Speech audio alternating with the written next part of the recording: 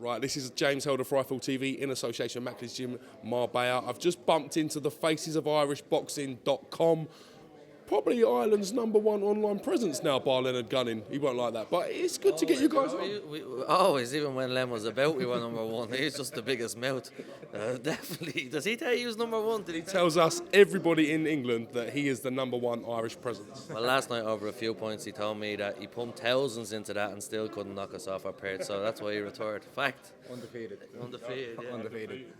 Speaking of undefeated, let's talk a little bit about Carl Frampton retaining his IBF world title, taking Scott Quigg's WBA title. Did you think the scoring was fair, in your honest opinion, lads? Joe, you had a 116, 116, 112 I had it. So yeah, two of the scorecards were fair, I'd say. I had a 117, 111, I think, so I thought it was wider, yeah. I thought Carl dominated the early rounds without having to do much, and then I know Scott picked it up later on, but I still can't think one or two of the rounds Carl stood his ground. Some of them had it wider and some of them had it closer. It's just the way you look at it. But I thought Scott started fairly late. I know they were saying he wasn't getting hit, but I thought he would have started maybe a little bit faster, or even, come out in the fourth. I suppose he broke his jaw in the fourth, probably slowed him down a bit. But I thought he was going to jump him that bit earlier. But I don't know if you could do a rematch on it. Do you think? I wouldn't be keen on seeing a rematch after tonight. From a fan's point of view, it wasn't probably the best. It took a good while to warm up. Quigg is known as being a slow starter, so I can't see how he can just flick a switch and be a quick starter in the next fight.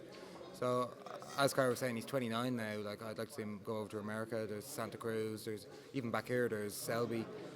I know Al Heyman's putting shows on ITV. That'd be a massive fight, I think. So.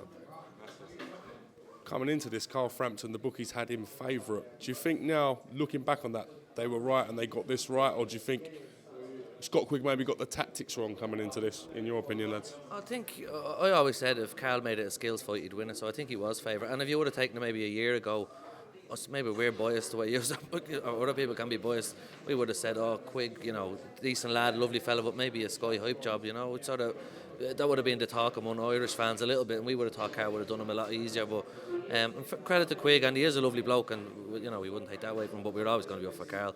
We thought if it was going to be if Carl made it a skills fight, I thought he was always going to win, so the bookies had it right. I'd say a big shout out to the fans today. I don't know, the atmosphere was great.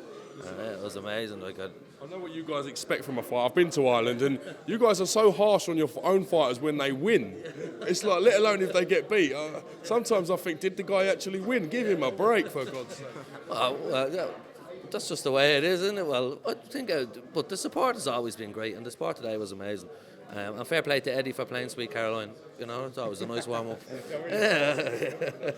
Listen, lads, you're doing a great job in Ireland. Thank you for giving us a bit of your time. It's great to get you on the channel, and we'll see you at the next one. Lovely, I'm big fans of yourselves and Quigg as well, and fair play to you. Great job for boxing all round. Fair play, I appreciate it. Take that, thank you. Thanks very much, James. Thanks, Dave.